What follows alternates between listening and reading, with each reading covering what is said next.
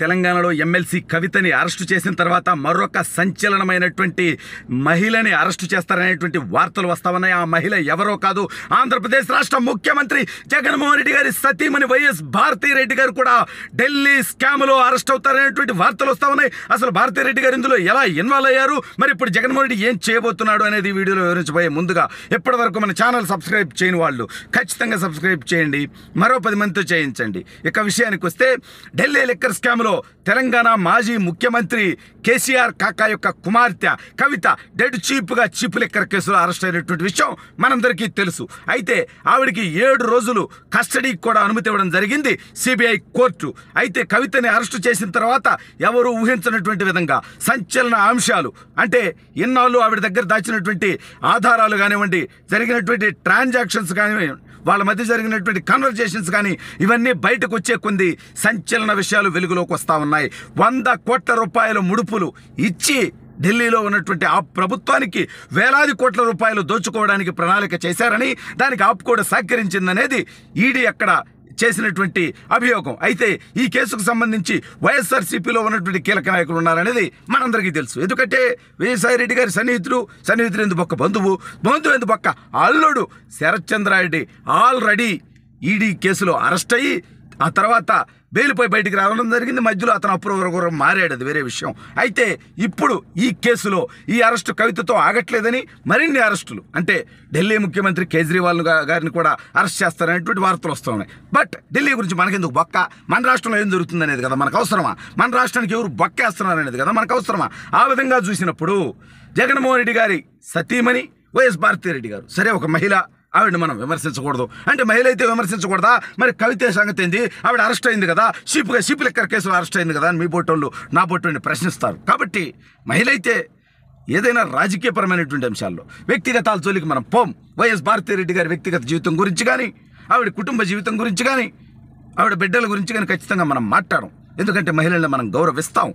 అందుకని ఆ విషయం వదిలేసి ఈ ఓన్లీ కేసుల గురించి మాట్లాడతారు. కేసుల్లో భారతీరెడ్డి గారు లేరంటే ఉన్నారుగా, జగన్మోహన్ రెడ్డి గారి కేసులో కూడా ఉన్నారు కదా స్వామి. భారతీయ సిమెంట్స్ దగ్గర నుంచి ఇందిరా టెలివిజన్ దాకా అన్నీ కూడా భారతీరెడ్డి గారి పేరు మీదుగా నడుస్తున్నటువంటి నేపథ్యంలో ఖచ్చితంగా జగన్మోహన్ రెడ్డి గారు దోచుకున్నటువంటి డబ్బంతా కూడా ఈవిడ గారి పేరు మీద పెట్టారని, ఆ కేసుల్లో ఈవిడ కూడా ఒక నిందితురాలని ఇవాళ అందరికీ తెలిసినటువంటి విషయమే. అయితే ఈ నేపథ్యంలో ఇప్పుడు వైఎస్ భారతీరెడ్డి గారి పేరు కూడా కొన్ని చోట్ల రావటం వచ్చిందని టాకబ్బా మనకైతే తెలుసు. కవిత గారు, అరుణ్ పిల్లయ్య గారు, ఇంకా అతను ఎవరో బోయినపల్లి ఎవరో XY జడ్డు, ఆ జడ్డు వాళ్ళందరూ మాట్లాడుకునేటప్పుడు వైఎస్ భారతీరెడ్డి గారు వాటా కూడా ఆవిడకి పంపించాలి అనేటువంటి కన్వర్జేషన్ వాళ్ళ మధ్య ఉన్నట్టుగా తెలుస్తూ ఉంది. ఈ నేపథ్యంలో మరి భారతీరెడ్డి గారిని అరెస్ట్ చేస్తారా, లేదంటే కేవలం విచారణకు పిలిచి వాళ్ళ దగ్గర ఉన్నటువంటి సమాచారం మేరకు ఆవిడని విచారించి పంపించేస్తారా, లేదంటే జగన్మోహన్ రెడ్డిని కూడా పిలుస్తారు, ఇద్దరు కలిసి భార్యాభర్తలు ఇద్దరు కూడా. ఎందుకంటే సరే వాళ్ళ మీద వైఎస్ వివేకానంద రెడ్డి అత్యంత పాశవికంగా నరికిల్లా సంపిల్లా గొడవలతో ఆ కేసులు కూడా భారతీరెడ్డి గారు, జగన్ రెడ్డి గారి మీద కూడా ఆరోపణలు ఉన్నాయి. సరే ఒక మహిళ, ఆవిడ హత్య కేసు విషయంలో ఆరోపణలు చేయొద్దని నాబోటోడు ఆలోచించినప్పటికీ అదే చనిపోయినటువంటి వివేకానంద రెడ్డి గారి కుమార్తె సునీతారెడ్డి గారిని వైసీపీ నీచులు ఆ హత్య కేసులో ఇన్వాల్వ్ చేసి మాట్లాడుతున్నప్పుడు, సొంత కూతురుని ఇన్వాల్వ్ చేసేటప్పుడు ఖచ్చితంగా ఇది తప్పు కాదు అనిపించి ఈ కేసుకు సంబంధించి వాస్తవాలు ప్రజలకు చెప్పేటువంటి ప్రయత్నం చేయాలని డిసైడ్ అయ్యా.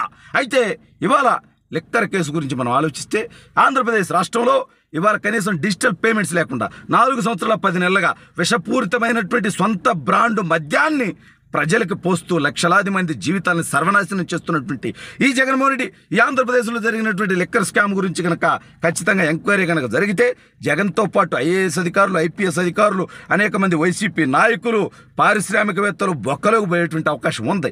బట్ ఇంకా ఆంధ్రప్రదేశ్ లిక్కర్ స్కామ్ దాకా రాలా, కేవలం ఢిల్లీ లిక్కర్ స్కామ్ ఇప్పుడు టాపిక్ నడుస్తూ ఉంది. అయితే ఈ ఢిల్లీ లిక్కర్ స్కామ్లో కేజ్రీవాల్ గారు, మనీష్ సిసోడియా గారు, కవిత గారు, మాగుంట రాఘవరెడ్డి గారు, శరత్ చంద్రారెడ్డి గారు, వీళ్ళంతా కూడా ఉన్నటువంటి విషయం మనందరికీ తెలుసు. అయితే ఇప్పుడు ఎవరు ఊహించినటువంటి విధంగా జగన్మోహన్ రెడ్డి గారి సతీమణి భారతీరెడ్డి గారు కూడా ఈ లిక్కర్ స్కామ్లో భాగంగా ఉన్నారని, వాళ్ళు కూడా ముడుపులు ఇచ్చారని, వాళ్ళు కూడా అందులో నుంచి అక్రమ సంపాదన సంపాదించారని ఏవైతే వాళ్ళ మధ్య జరిగినటువంటి చర్చల సందర్భంలో టాపిక్ వచ్చిందంటా ఉన్నారు. దీని మీద ఖచ్చితంగా ఈడీ ఇంకా లోతుగా విచారించాల్సినటువంటి అవసరం ఉంది. ఎందుకంటే ఈ రాష్ట్రం ఓ కూనీకోరిని, ఓ డెకాయిట్ని, ఓ 420ని 43,000 కోట్ల ప్రజాధనాన్ని దోచుకొని జైలు జీవితం గడిపొచ్చినోడిని ఇవాళ ముఖ్యమంత్రిగా చేసుకున్నారు. ప్రజలు ఒక ఛాన్స్ అని నమ్మితే రాజశేఖర్ బిడ్డని, క్యాన్సర్ గడ్డని అని చెప్పి ఆయన రాజ్యాన్న రాజ్యం చెప్తానని ఆయనంటే, షర్మిల గారేమో ఇది రాజ్యాన్న రాజ్యం కాదంటది. వాళ్ళ తల్లి విజయమ్మ గారేమో ఇది రాజ్యాన్న రాజ్యమో కాదో తెలియక, అంటే కూతురు ఒకటి చెప్తుంటే కొడుకు ఒకటి చెప్తుంది, ఏందో తెలియక ఆవిడ తల్లడిల్లిపోతున్నటువంటి నేపథ్యంలో ఖచ్చితంగా ఈ ఏడీ కేసుకు సంబంధించి మరింత లోతుగా విచారణ జరపాలి. ఆంధ్రప్రదేశ్లోని వైఎస్ఆర్ కాంగ్రెస్ పార్టీ నాయకులు, జగన్మోహన్ రెడ్డి గారి కుటుంబ సభ్యులు ఖచ్చితంగా ఈ స్కామ్లో ఉన్నారు. వాళ్ళందరినీ కూడా అరెస్టు చేసి నిజాలు వెలికి తీసి ప్రజల ముందు పెట్టాల్సినటువంటి అవసరం ఉంది. ఎందుకంటే ప్రజల్ని పదే పదే కులాల మధ్య, మతాల మధ్య, ప్రాంతాల మధ్య చిచ్చుపెట్టి, ప్రలోభాలు పెట్టి అనేక రకాలుగా ప్రజల్ని మోసం చేసి అధికారంలోకి వచ్చినటువంటి జగన్మోహన్ రెడ్డి ఇది చివరి నెల అతనికి అధికారం పోయిన తర్వాత తను చేసినటువంటి తప్పులు ఖచ్చితంగా జగన్ జైలుకి వెళ్తాడు.